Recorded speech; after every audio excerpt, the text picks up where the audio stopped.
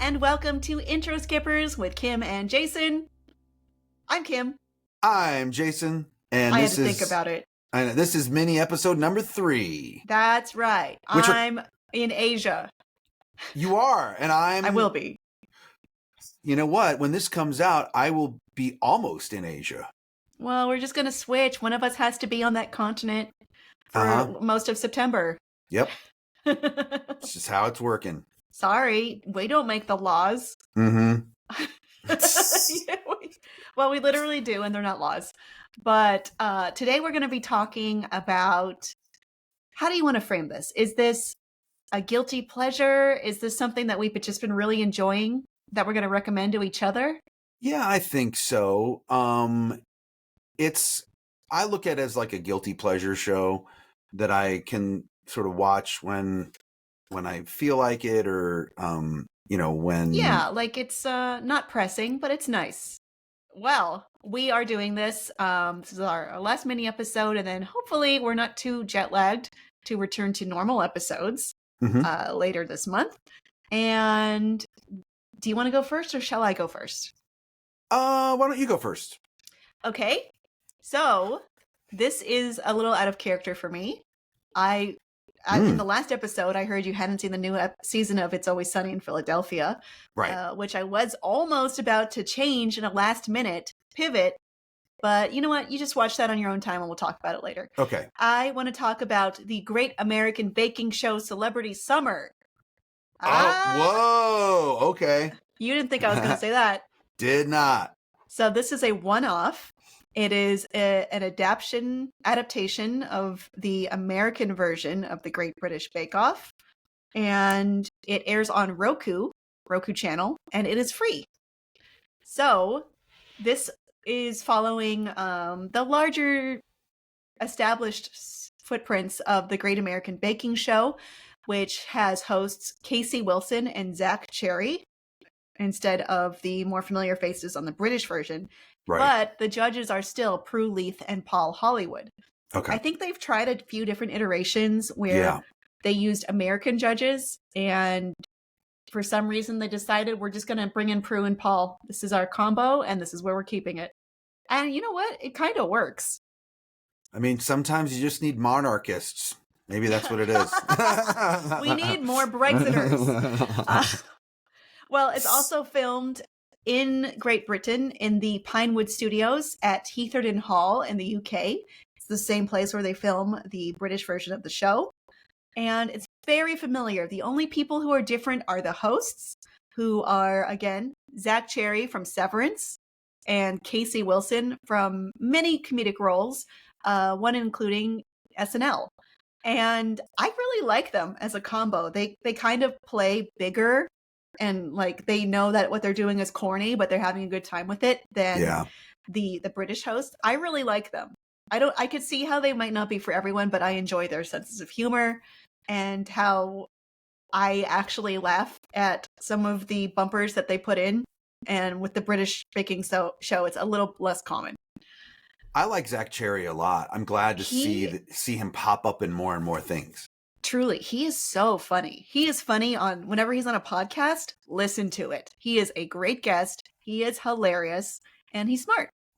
Okay, great. So let's see. So what they basically do is they've done this before where they have a one-off with just celebrities competing against each other. It's a lot like the New Year's and holiday specials that the British version does.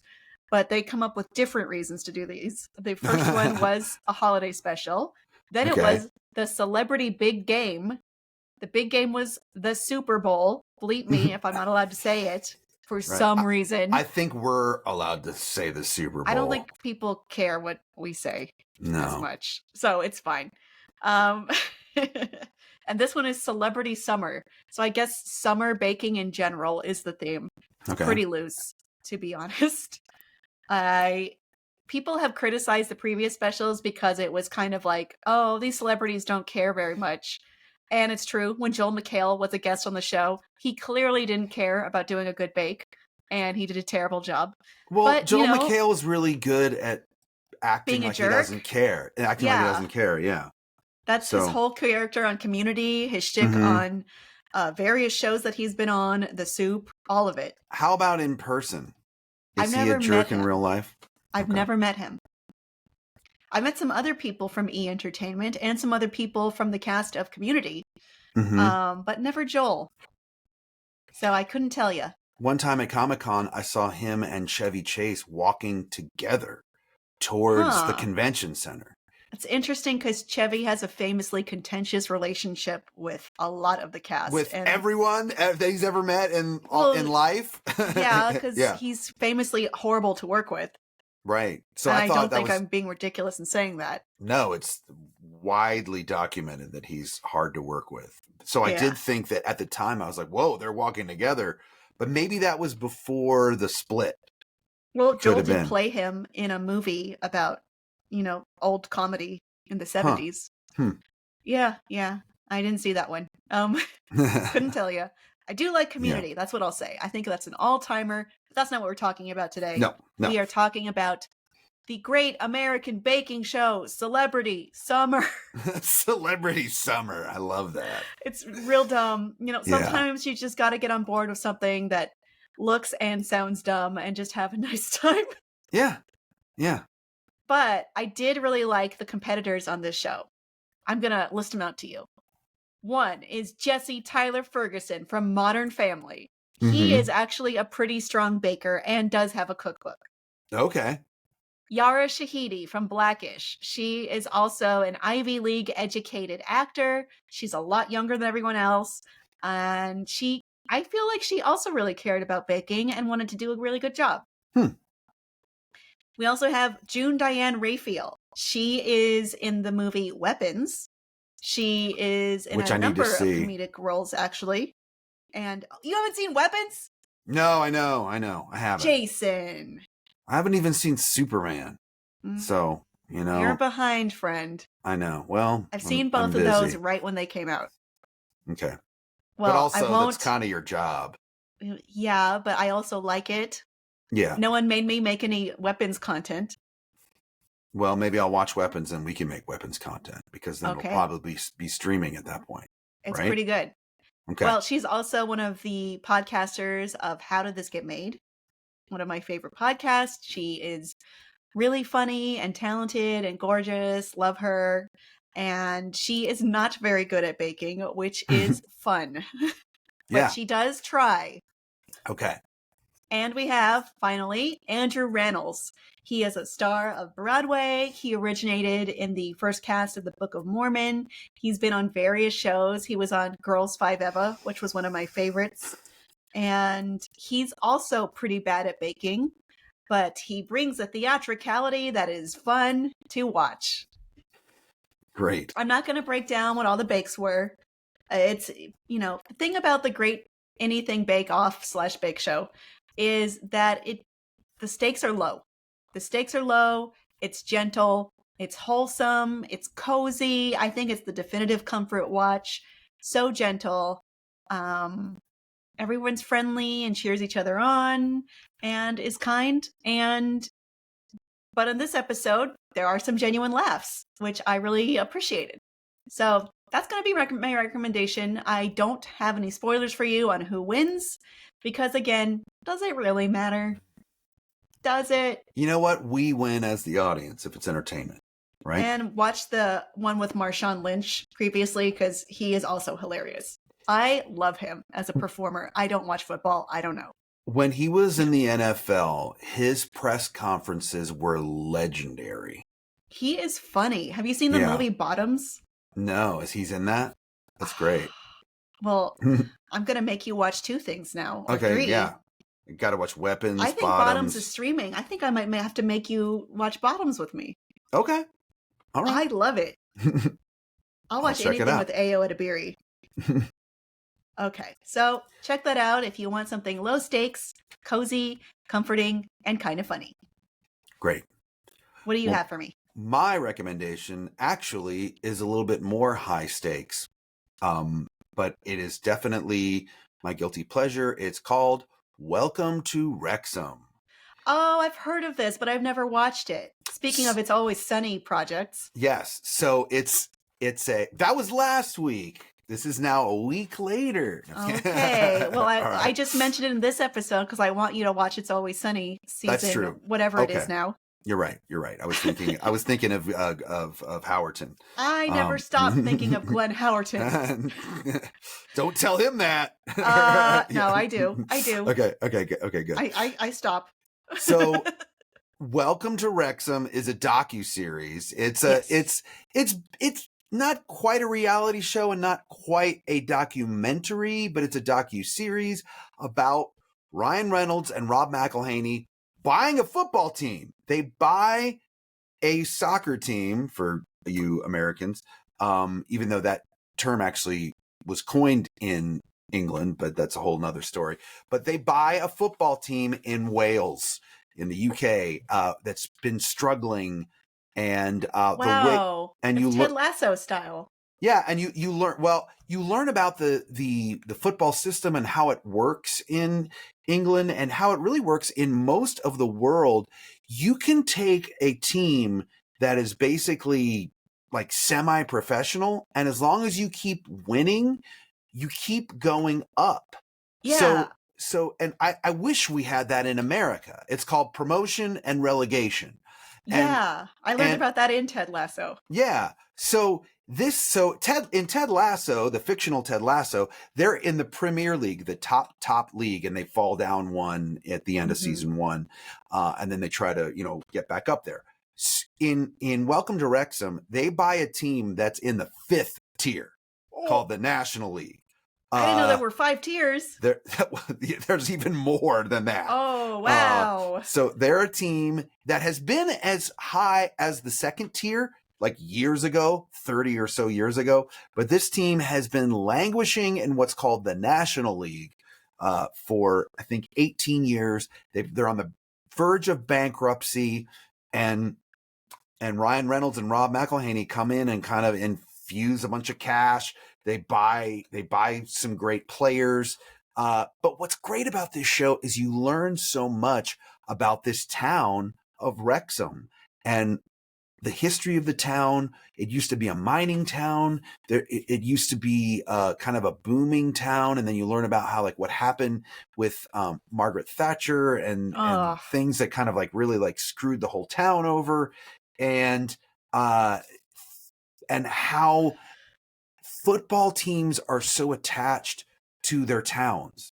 We don't have that in America either. But the identity of a town is so attached to the team, and how that they sort of go hand in hand. And you see Rob and Ryan kind of fall in love with the town and really want to do more and more for the town. You learn about the history of the team and how these different people that have worked for the team forever, like whether it's like the guy who's been their broadcaster for 40 years or the little old lady that's worked in the front office for 30 years or whatever, or the guy that's been a fan of the team and he's 102 years old and they're honoring him on the pitch. There are just it's a really feel good show. They're in season 4 now. Season one I've really missed it. Yeah, season 1 is unforgettable. It's great. And of course, it's infused with the humor of Ryan Reynolds and Rob McElhenney and all the goofy things that they do to each other along the way. Are Caitlin Olsen and Blake Lively in this at all? Barely.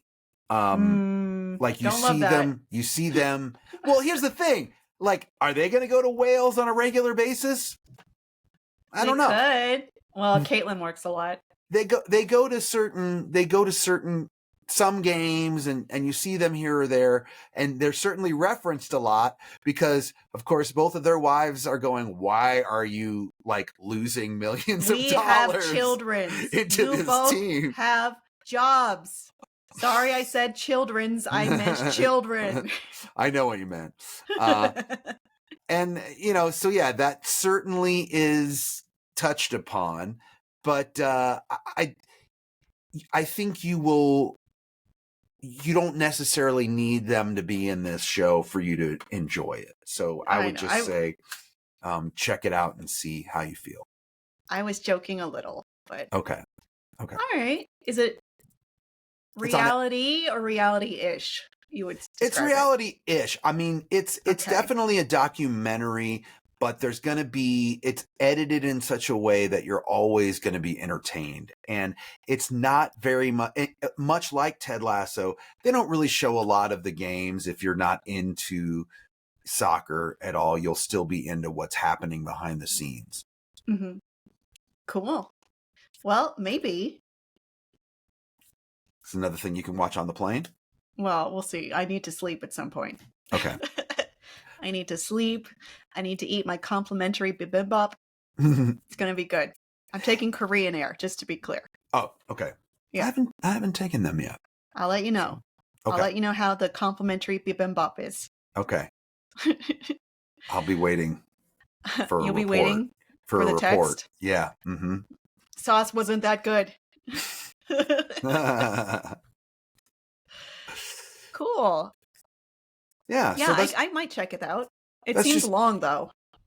Yeah. Like, once again, it's a guilty pleasure in the sense that, like, you can watch a few episodes and then, you know, watch more later. You don't feel like you could, if you watch season 1, it gives you the gist of what they're going through. And I think you will get invested in certain people that they cover. They cover, like, the bar, the pub that's connected to the stadium, the people that work at the stadium. There's just a lot of ins and outs of that town that really show you how much people are dependent upon the team doing well, and their livelihood depends on it. I guess I've never thought of that before or considered that angle. That could be interesting. Yeah. All right. Sounds good to me. Cool. Well, I think that about does it for us this week. We will see you next week unless we're too tired. No, we will. We'll find a way. All right. We always do. Up. We always do. Yeah. Even if it is recording 3 in a row. We did it. Yeah. Yeah. All right. All We right. will meet you all. We will all see you. No. We'll hear you. No. They'll hear us. You'll hear us. And see us. I'm running on fumes. I've had enough records today. We'll interact with you in some way another time. Bye, everybody. Bye. Intro Skippers with Jason Charles Miller and Kim Horcher is produced and edited by Kim Horcher and Jason Charles Miller. The name order doesn't really matter. Additional writing by Kim Horcher. Theme song and incidental music by Jason Charles Miller. Take it away, me. You can rate and review this show, 5 stars only please, anywhere you'd like, and you might find your review read on a future episode. Got a question? Email us at introskipperspod@gmail.com. That too could be featured on a future episode. And if you haven't already, please subscribe to Intro Skippers on your favorite podcast platform, but preferably one we're actually on. All right, thanks for getting this far. Here's a special treat just for you. I'm gonna stop talking.